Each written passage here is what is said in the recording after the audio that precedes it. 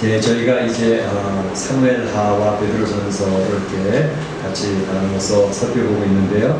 오늘은 사무엘하 두 번째 시간으로 내용을 살펴봅니다.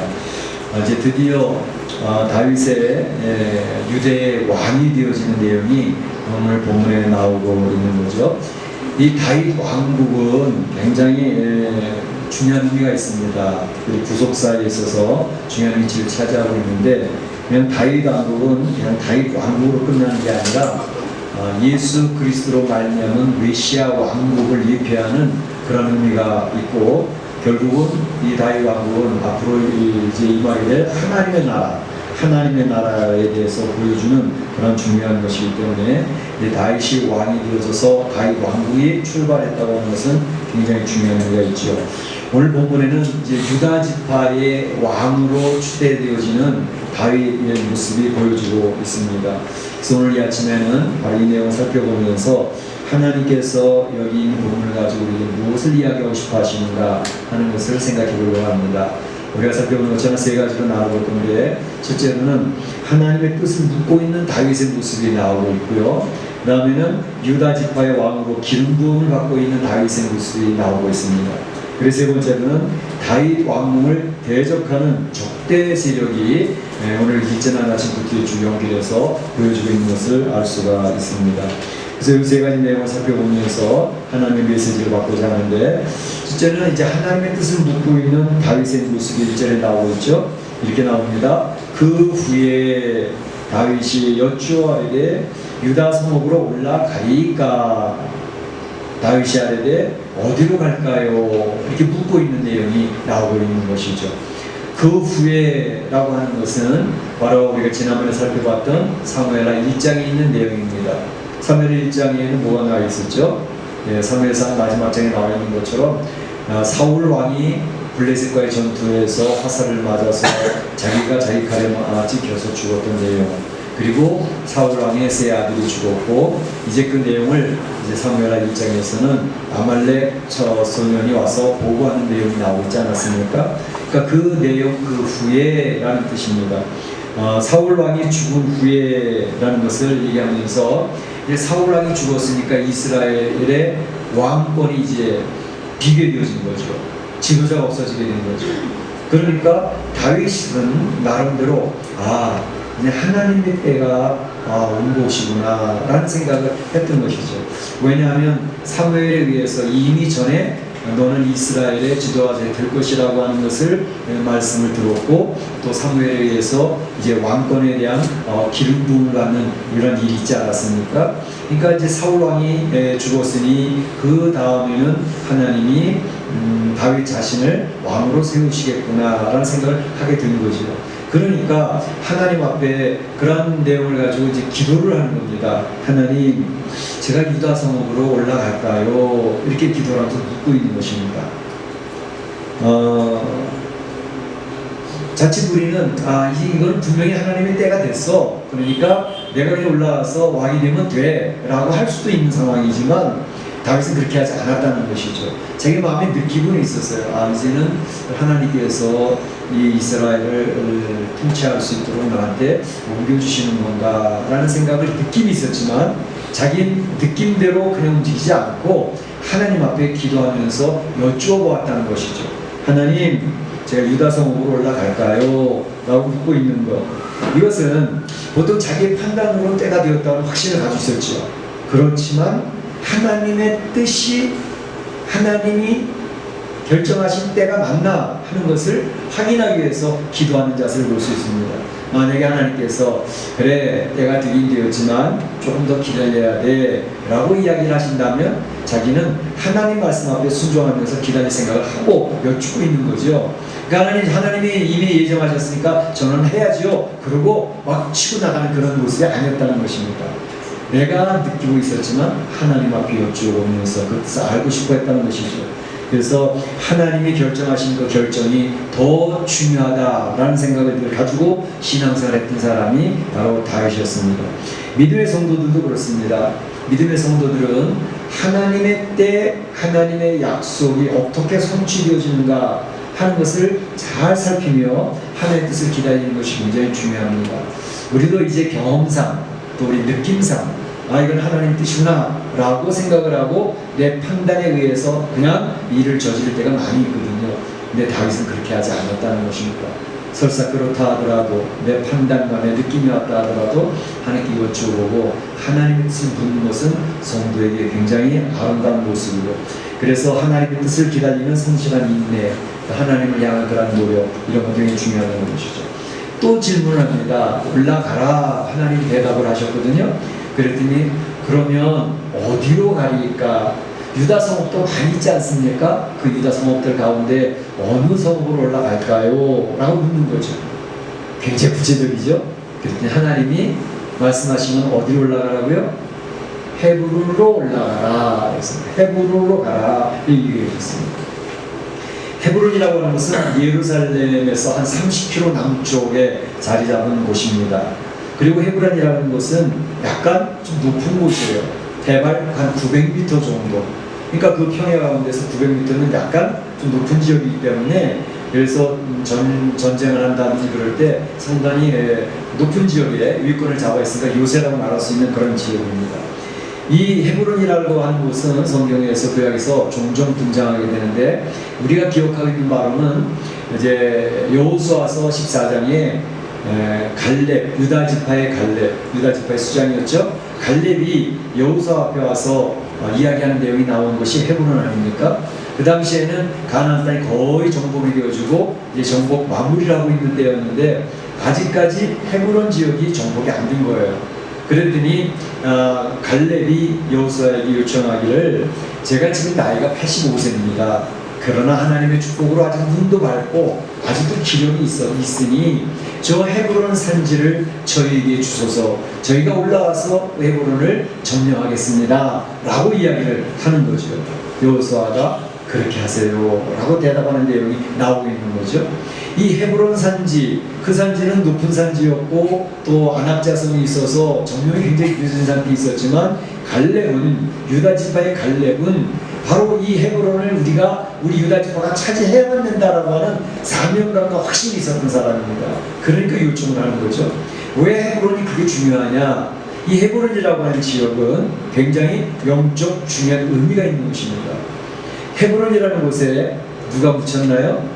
아브라함의 사라가 묻혔고, 아브라함의 아들이었던 이삭과 그의 아내 리브가가 묻혔고, 그리고 야곱과 그의 아내들 가운데 특별히 정부인이었던 레아가 묻혔던 장소가 헤브론, 막벨라 굴이 있는 곳이거든요. 그러니까 이 헤브론, 막벨라 굴이, 헤브론이라고 하는 것은 유대 민족뿐만 아니라 이스라엘 민족에 있어서 하나의 영적인 성지입니다. 이것을 차지하느냐 못 차지하느냐 하는 것은 그들에게 영적인 주권, 영적인 주도권을 갖느냐 못 갖느냐는 굉장히 중요한 의미가 있는 거죠. 그래서 바로 이 갈렙은 그 헤브론을 저희가 차지하기를 원합니다 이렇게 얘기했던 것이고, 오늘 본문에 있어서도 이 다윗에게 지시하는 곳이 헤브론으로 가라라고 하는 것은 이제 그들에게 이 어떤 영적인 장자권 내지는 이 이스라엘을 다스리는 어떤 주도권을 하나님께서 언급하고 계시는 것이다 이렇게 볼 수가 있는 것이죠. 그러니까 다윗은 하나님 앞에 그가 때가 되었음을 알면서 자기의 판단에 의해서 그냥 치고 나가는 그런 모습이 아니라 하나님 앞에 여쭤보면서, 그것도 구체적으로 묻지 않습니까? 어디로 갈까요? 묻는 그런 모습 속에서 하나님의 지시하심을 따라 움직이는 그러한 인물이었다는 것이죠. 성경에 나와 있는 아브라함을 비롯한 많은 신앙의 인물들은 거의 대부분 자기 생각대로 움직이지 않고 하나님의 말씀을 따라 움직이는 사람들이었습니다. 그래서 하나님 기뻐하셨던 것이죠. 오늘 우리가 신앙생활 할 때 바로 이러한 신앙의 선배들의 모습을 배울 것은 굉장히 중요합니다. 그래서 하나님 앞에 기도하면서 내 생각은 이런데 하나님의 생각은 어떠십니까? 제가 이렇게 결정하고 싶은데 하나님 이렇게 해도 될까요? 말까요? 하나님 앞에 여쭙는 그러한 신앙의 태도는 우리의 주도권이 나에게 있는 게 아니라 하나님이 있다는 것을 인정하는 것이기 때문에 굉장히 중요한 부분입니다. 그래서 우리의 신앙생활이 하나님이 주도권을 쥐는 신앙생활이 되어야지, 내가 주도권을 쥐고 내 결정과 나의 계획대로 밀어붙이는 것은 굉장히 하나님이 서운해하시는 내용이다 라는 것을 생각해 볼 수가 있는 것이죠. 그럼 어떤 분들은 그래요. 아니 다윗이 도대체 어떻게 지금과 다르게 어떻게 하나님 앞에 여쭙고 또 대답을 듣고 그랬을까? 물론 당시에는 우림과 둠빔이라는 것을 통해서 하나님의 뜻을 알 수도 있었고 때로는 가까이 있는 선자들을 통해서 하나님 말씀을 듣게 되기도 했습니다. 오늘날은 우리가 어떻게 하나님의 말씀을 알아들을 수 있을까? 제일 중요한 것은 기록된 성경 말씀입니다. 기록된 성경 말씀을 통해서 하나님이 이야기하고 싶어하는 내용이 다 들어가 있어요. 그러니까 우리가 차례대로 성경을 쭉 읽고 있으면 창세기를 읽고 있어도 시편을 읽고 있어도 요한계시록을 읽고 있어도 내가 읽고 있는 그 부분을 통해서 하나님은 하나님이 나에게 이야기하고 싶어하는 내용을 이야기하실 수 있다는 얘기입니다. 그러니까 그것을 듣는 훈련이 이게 필요한 거예요. 그래서 하나님 음성을 듣자 할 때 잠자는데 꿈속에서 갑자기 누구누구야 이렇게 부르시는 그런 방식이 아니고 성경 말씀을 통해서 나에게 지금 어떻게 하길 원하시는지를 알게 하신다는 것입니다. 하나님의 뜻은 왔다 갔다 하지 않기 때문에 일관성 있게 말씀하시기 때문에 우리가 그 하나님의 뜻을 알아차릴 수 있게 하신다는 것이죠. 그래서 성경 말씀을 통해서 하나님께 알려주시는 게 첫 번째고, 그 다음에 또 하나님께서는 이제 설교 말씀 같은 것을 통해서 말씀하시기도 합니다. 설교하는 목사가 여러분의 사정을 개인적인 사정을 모릅니다. 그러나 하나님께서 준시켜 주신 말씀을 선포하게 될 때 성령님께서 그 선포되는 말씀을 가지고 나에게 적용을 시키기 때문에 내가 지금 기도하고 있는 제목에 대한 해답을 주시는 거죠. 그래서 그 뜻을 따라갈 수 있는 것이고, 때로는 우리가 찬양 중에 거하시는 임재하신 하나님의 뜻을 통해서 깨닫게 되기도 하고, 때로는 심지어는 믿지 않는 불신자들과 대화하는 가운데서도 내가 기도하고 고민하고 있는 내용을 그 불신자 상대방의 입술을 통해서 나한테 응답해 줄 때도 있어요. 그렇기 때문에 우리가 기도하는 제목을 가지고 하나님 앞에 예민하게 하나님 제가 어떻게 하나님 뜻을 알까요? 라고 기도하고 있으면 하나님이 나에게 일관성 있게 이야기하시는 내용을 알 수가 있게 된다는 것입니다. 그래서 하나님은 오늘날에도 지금 나에게 말씀하실 수 있는 하나님이고 나에게 기도하는 제목에 대한 응답을 주실 수 있는 하나님이라는 사실을 확신하고 신앙생활은 굉장히 중요합니다. 신앙생활할 때에 기도에 대한 응답을 체험하면서, 그래서 하나님 말씀하신 것이 나의 삶 속에서, 내 가정 속에서, 내 사업터에서 이루어져가는, 하나님이 말씀하신 대로 이루어져가는 것을 체험하는 경험이 쌓여져 가기 시작을 하면, 그러면 나의 신앙이 달라집니다. 업그레이드가 됩니다. 기도했고 기도에 대한 응답을 받았고 기도에 대한 역사를 경험한 그런 신앙이 쌓여져 가면 이제 나이테가 겹겹이 쌓여져 가면서 이제 그들이 튼튼해지는 것처럼 바로 그러한 모습이 우리 안에 있다면, 그러면 우리는 하나님을 의지하는 믿음이 점점 커집니다. 하나님에 대한 신뢰가 강해집니다. 그래서 어렵고 힘들어도 인내하면서 하나님의 뜻을 따라가는 성도가 될 수 있다는 것이죠. 그래서 기도에서 응답을 받는 신앙과 기도하지 않고 응답 없이 살아가는 신앙과는 천지 차이가 나는 것입니다. 우리 사랑 성도들이 다윗처럼 하나님 앞에 부르짖고 기도하면서 응답을 받고 또 하나님 응답하신 것을 경험하는 가운데 살아계신 하나님을 고백하고 간증하는 성도들이 되시기를 주의 이름으로 축원합니다. 축원합니다. 그 다음에 두 번째 생각해 볼 것은 유다 지파의 왕이 된 다윗을 살펴볼 수가 있는 것입니다. 이제 유다 지파의 왕이 됩니다. 하나님이 헤브론으로 올라가라 하신 지시하는 말씀을 따라서 이제 이 다윗이 헤브론으로 올라갑니다. 시글락의 피해 있고 블레셋 진영에 있었던 이 다윗이 드디어 유다 지파로 입성을 하는 거고, 그 다음에 헤브론을 이제 올라가게 되는 것이죠. 그때 올라갈 때 그 다윗의 아내 둘이 있었는데 아히노암과 아비가일 두 아내를 데리고, 그리고 그를 따르던 무리들이 있었습니다. 이제 사무엘하에서는 한 600명 정도 되는데 사무엘상에 보게 되면 이제 사울 왕의 그 집요한 추격과 죽이려고 하는 그것을 피해서 도망다니던 사울 왕이 다윗을 비롯한 따라다니는 사람들이 추종자들이 한 400명 있었습니다. 그 400명과 데리고 이제 그 헤브론 지역으로 올라가게 되는 거죠.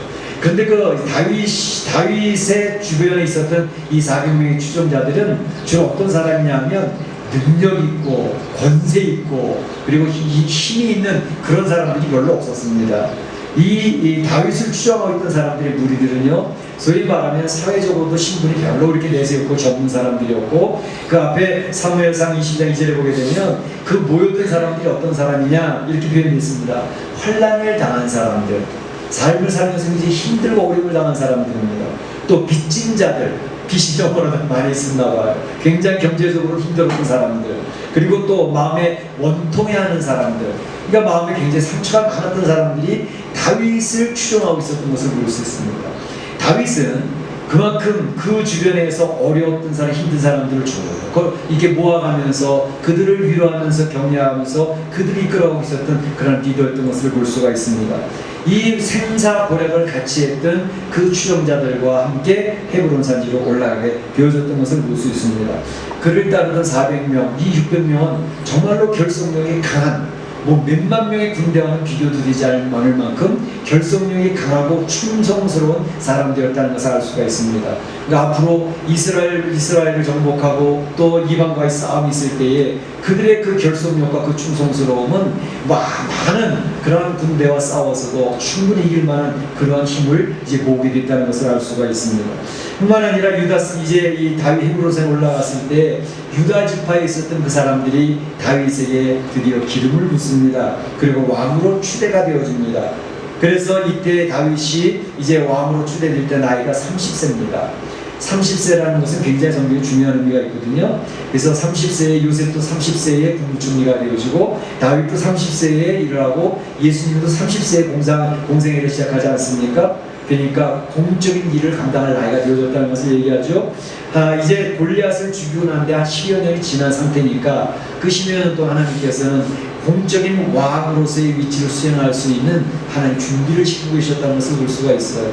그러니까 우리 사랑하는 성도들이 이 멕시코땅에서 삶을 힘들게 여러 가지 일들을 해나가고 할 때에 그것이 괜히 시간이 가는 게 아니고요. 우리가 하나님이 쓰실 만한 나이가 될 때까지 훈련시키고 있는 중이에요.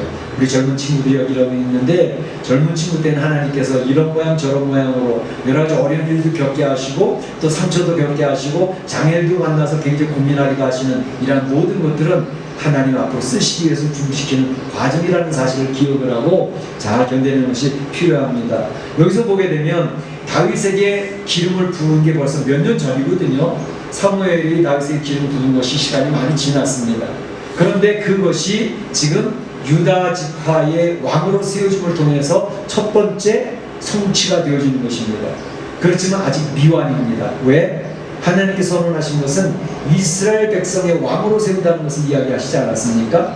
그런데 지금 하나님께서는 첫 번째로 유다 지파의 왕으로 세우고 이제 앞으로 온 이스라엘을 통치할 수 있는 지도자로 세우는 그런 일이 이제 나중에 또 나옵니다. 그래서 온 족속이 모여서 다시 이 다윗 왕이 기름 부음을 다시 부어서 이스라엘의 왕으로 세우는 거거든요. 그러니까 여기서 우리가 볼 때는 하나님께서 분명히 사무엘 선지자를 통해서 이스라엘의 지도자로 세우겠다 말씀하셨는데 수년이 지나도 일이 이루어지지 않는 거예요. 그렇다고 그 일이 실패했습니까? 하나님의 말씀하신 것이 안 이루어졌습니까? 이루어져가고 있는 거예요. 이제 유다 지파의 왕으로 세워졌지만 이제 시간이 좀 지나면 이스라엘의 총 지배하는 통치와 리더십으로 이제 왕으로 세워지게 되거든요. 하나님의 말씀하신 것은 그대로 이루어진다는 것입니다. 하나님이 선언하신 것은, 하나님이 선포하신 것은 그대로 이루어짐을 믿습니다. 그런데 바로 사실은 다윗 왕국, 아까 말씀드렸던 것처럼 다윗 왕국은 그저 다윗이 이스라엘 통치했다는 것을 끝나는 게 아니라 온 세상에 하나님의 나라를 세운다고 하는 하나의 모형이거든요. 다윗 왕국이 그래서 중요합니다. 그래서 하나님과 다윗과 언약을 맺을 때에 너의 위가 영원토록 세워진다는 얘기를 했는데 다윗 왕국, 솔로몬 왕, 시드기야 하면서 다윗 왕국 멸망하잖아요. 그럼 하나님의 말씀이 거짓인가? 그렇지 않습니다. 다윗 왕국의 이 역사는 영적으로 예수 그리스도를 통해서 성취가 되어지는 것이에요. 예수 그리스도가 다윗의 후손으로 오시지 않습니까? 그래서 예수 그리스도가 왕이 되셔서 온 인류를 지배하는, 전 세상을 통치하는 통치자로서 세우시는 거 아니에요? 그래서 하나님의 나라 이 땅에 이루어지는 것이란 말이죠. 그래서 우리가 기억해야 될 것은 지금 단지 조그만 지파, 유다 지파의 왕으로만 세워졌지만 이것은 하나님이 선포하신 내용이, 그 내용이 성취되어지는 과정에 있는 것이고, 우리가 분명히 확신해야 될 것은 예수 그리스도를 통해서 하나님의 나라가 완성되어지고 이제 우리 사랑하는 성도들이 바로 그 하나님의 나라를 경험하게 될 것이라고 하는, 하나님이 예전에 선포하셨고 지금 이루어져 가고 있고 앞으로 우리 여기 있는 우리 성도들이 그 하나님의 나라를 경험하게 되어지는 하나님의 그 다윗의 왕국 완전히 영원한 하나님의 위가 이루어지는 그 역사를 경험하게 될 것이라는 말씀입니다. 그래서 하나님의 말씀은 1.1획도 땅에 떨어짐 없이 그대로 성취된다는 사실을 오늘 다윗이 점점 왕권을 차지하는 모습을 통해서 우리가 알려주신 귀한 교훈이 됩니다. 우리 사랑하는 성도들, 하나님 나라에서 왕같은 제사장으로 이 세상을 통치하는 귀한 하나님의 사람들이 될 줄로 믿습니다. 그 하나님의 역사를 확신하는 성도이시기 바랍니다. 그런데 이제 유다의 왕이 되어서서 다윗이 한 첫 번째 일이 굉장히 인상적이에요. 그 일이 뭐냐면 유다 지파에 기름 부어서 유다 지파의 왕이 되어졌거든요. 그런데 처리하는 것이 뭐냐면 길앗 야베스 사람들이 일을 처리하고 있어요. 길앗 야베스 일이라는 게 뭘까요? 길앗 야베스 사람들이 사무엘상 마지막 장에 보게 되면 블레셋과의 전투에서 사울 왕이 죽었잖아요. 사울 왕의 세 아들도 죽었잖아요. 사울 왕 목이 잘려가지고 블레셋 사람들이 벳산 성벽에 사울 왕의 시체를 걸어놨어요. 이 소식을 길앗 야베스 사람들이 들었어요. 이 사람들은 요단 동편에 므낫세 지역에 살고 있는 길앗 지역에 있었던 사람들입니다. 밤새도록 달려가서 장수들이 달려가서 그 사울 왕의 시신과 사울 왕의 아들들의 시신을 수습을 해가지고 가지고 와서 그 자기 길앗 야베스 땅에다가 이제 화장을 해가지고 그 에셀나무 밑에다 파묻습니다. 그 일을 하고 난 다음에 사실은 길앗 야베스 사람들은 두려움과 공포 속에서 떨고 있었어요. 왜 그랬을까요? 이 길앗 야베스 사람들은 무엇을 했냐면 사울 왕은 다윗 왕의 정적이지 않습니다. 사울 왕은 다윗 왕을 죽이려고 애썼던 사람이라는 사실을 길앗 야베스 사람들은 너무나도 잘 알고 있었어요. 아말렉 청년이 했던 것처럼 사울 왕을 내가 죽이고 왔다 그래서 보상받을 줄 알고 그랬잖아요.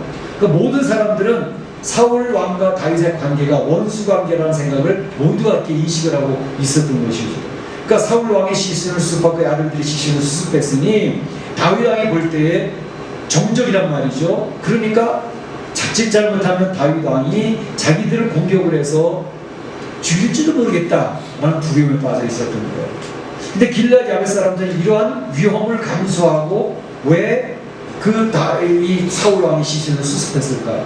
길앗 야베스 사람들은 다윗이 사울 왕과 베냐민 지파와 상당한 유대 관계가 맺어져 있었어요. 므낫세 지역에 살고 있었는데 이 므낫세와 베냐민 지파는 어떤 관계죠? 어떤 관계 같아요? 자, 요셉의 두 아들이 있었는데 요셉의 두 아들은 므낫세와 에브라임이잖아요. 요셉하고 요셉의 친동생은 누구죠? 베냐민이잖아요. 그러니까 굉장히 가까운 친척이에요. 그러니까 나중에 사사기에 보게 되면 베냐민 지파가 몹쓸 짓을 해가지고 이스라엘 전체가 하나가 되어져서 베냐민 지파를 공격했던 전쟁이 있었어요. 그 전쟁 때에 다 이스라엘이 모여날 때도 길앗 야베스 사람들은 베냐민 지파를 공격하게 올라가지 않았어요. 그것이 화가 되어져가지고 나중에 이 베냐민 지파 이스라엘 백성들 12지파 11지파가 모여가지고 공격을 해서 베냐민 지파 사람들이 남자들이 다 죽고 600명은 남았다고. 근데 그러고 난 다음에 그들이 결정했던 것은 우리의 여자들을 딸들을 베냐민 지파한테 절대 주면 안 된다라는 총회 결의를 했다고요. 그러니까 그 맹세를 했기 때문에 그걸 지킬 수가 없으니까 베냐민 지파가 이제는 결혼도 못하고 그냥 600명의 남자들이 총각으로 다 죽게 생겼다고요. 그러니까 그들이 울면서 통해 하나님 앞에 회개하면서 우리가 지파 하나를 잃어버리게 생겼다고. 12지파라는 것이 만들어져야 온전한 이스라엘 지파거든요. 한 지파가 없어져 버리면 안 된다는 말이죠. 그러니까 그때 이스라엘 백성이 이스라엘 총회에서 결정한 것이 그러면 길앗 야베스에 있는 처녀들 400명을 데려다가 결혼을 시키자. 그래서 길앗 야베스 사람들 400명을 잡아다가 베냐민 지파에 주었던 거예요. 길앗 야베스가 공격당했던 이유는 베냐민 공격하자 그러는데 참여하지 않았기 때문에 공격을 당하는 거예요. 그런 역사 히스토리가 있단 말이죠. 예. 그런 가운데에 길앗 야베스 사람들은 사울 왕 그리고 암몬 나하스가 쳐들어왔을 때 길앗 야베스 사람은 다 눈을 뽑고 항복을 해야 너희들 받아주겠다 그랬을 때 사울 왕에게 도움을 청했어요. 사울 왕이 무슨 소리야? 그래서 사울 왕이 군사를 내려가서 암몬의 나하스 왕을 죽여버렸다고. 그래서 길르앗 백성들은 사울 왕에 대한 굉장히 감사와 굉장히 고마움이 있었던 거죠. 그러니까 목숨을 걸고 위험을 무릅쓰고 가서 사울 왕과 그의 자녀들의 시신을 와서 수습해 줬던 거예요. 그런데 문제는 바로 그렇게 했지만 다윗 왕에게 이제 공격을 당할지 모른다는 두려움이 있었는데 다윗 왕이 어떻게 했어요? 전령들을 보내는 거예요. 사자들을 보내는 거예요. 길르앗 야벳 사람들아, 너희들 참 잘했어. 너희들 참 잘했어. 그 얘기를 하는 거죠. 사울에게 은혜를 베풀어 그를 장사하였으니 여호와께 복을 받을지어다 라고 5절에 얘기합니다. 6절에도 너희가 이 일을 행하였으니 이제 여호와께서 은혜와 진리를 너희에게 베푸시기를 원하고 나도 이 선한 일을 너희에게 갚을 거야 라고 얘기합니다. 너무나도 반전이었던 거죠. 왜냐하면 이 빌랄 양 사람들은 다윗 왕이 그들을 두려워 공포에 떨고 있는데 너희들 잘했어, 나도 너희들에게 잘해줄 거야 라고 이야기를 하니까 너무 마음이 기뻤던 거죠. 이걸 보면서 다윗 왕의 훌륭한 모습을 볼 수가 있는 거죠. 모든 사람이 생각하는 것처럼 정적이라고 인식하고 있는 상황이 있지만 다윗 왕은 그 사울 왕과 그의 자녀들에 대한 죽음을 진심으로 슬퍼하고 있었다는 것을 볼 수 있습니다. 앞에서도 그가 울며 금식했다고 하지 않았습니까? 그것이 이빨은 겉으로만의 거칠애가 아니라 진심으로 사울왕, 하나님의 기름 부음을 받은 사울왕의 비참한 최후를 보면서 마음 아팠던 거죠. 왕감이 교체했겠지만, 그렇지만 바로 이러한 모습을 보면서 다윗 왕의 사울 왕을 슬퍼하는 것은 진실성이 있었다는 것을 알 수가 있는 거죠. 그러면서 그들을 그 길르앗 야벳 사람들을 격려하고 선대하고 칭찬하는 그런 모습들을 볼 수가 있습니다. 다윗은 참으로 큰 그릇이었던 것이죠. 포용할 수 있는 포용력이 엄청나게 컸던 사람이죠. 그러니까 그 일로 말미암아 분열될 수 있는 백성들을 하나로 묶어나가는 거죠. 그 자칫 잘못하면 분열될 수 있었거든요. 근데 그걸 하나로 묶어 통합의 리더십을 가지고 있었던 사람인 것을 볼 수가 있습니다. 이 통합의 리더십을 갖는다는 것은 굉장히 중요합니다. 쉽지 않은 일이거든요. 웬만하면 자기에게 못되게 한 사람은 보복을 하고 싶거든요. 싸우고 원수를 갖고 싶거든요. 근데 그것을 잘 컨트롤 해가지고 원수를 갚는 게 아니라 그들을 품고 나갈 수 있는 그런 통합의 리더십을 다윗은 가지고 있었기 때문에 그는 이스라엘을 나중에 총통합을 할 수 있는 그런 능력이 있었던 것을 볼 수가 있습니다. 다윗은 예수 그리스도의 모형인 거죠. 예수 그리스도처럼 이렇게 자신을 공격하던 사람을 다 품고 나가는 그런 아름다운 모습이 있었던 것입니다. 마지막으로 한 가지는 다윗의 왕국을 대적하는 적대 세력이 있었다는 것을 알 수가 있습니다. 다윗이 유다 지파의 왕이 되어졌지만 다른 11지파들은 다윗을 왕으로 인정하지 않았어요. 그 중심에는 사울 왕의 통치를 받고 있었던 사울 왕의 군대 장관이었던 아브넬이라고 하는 군대 장관이 있었습니다.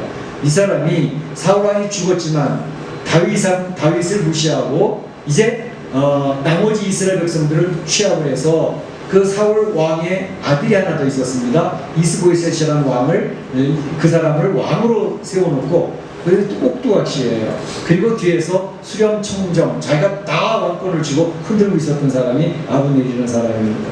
이 사람이 바로 다윗이 왕국에 세워졌지만 다윗 왕국과 대적한 그런 모습을 볼 수가 있습니다. 우리가 읽지는 않았지만 아까 교독에서 읽었던 그 뒤에 보게 되면 바로 이 아브넬의 군대와 이제 다윗 왕국의 군대가 싸우는 그런 내용이 나오고 있는 것을 볼 수가 있습니다.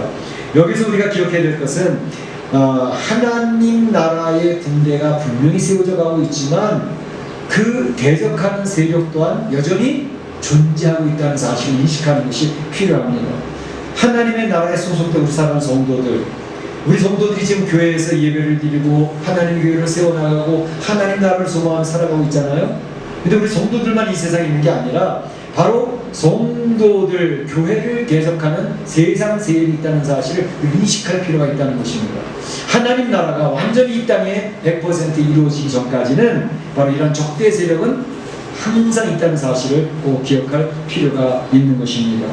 이제 이스보셋이 2년 동안 통치를 하는데 40살에 통치를 하고 있었는데 다윗은 이제 헤브론에 올라와서 7년 6개월을 통치를 하게 됩니다. 그러니까 한 5년 동안은 굉장히 혼란기예요. 그리고 다윗은 이제 이스라엘의 이 모든 통치권을 쥐을 때까지 7년 6개월을 기다려야 했던 거죠. 그래서 그 적대 세력과의 싸움이 계속 지지부진하게 되어지고 있는 가운데 다윗은 인내하면서 그 적대 세력과의 싸움에서 이제 지혜롭게 대처를 해야 되는 그런 상황이 있었다는 것이죠.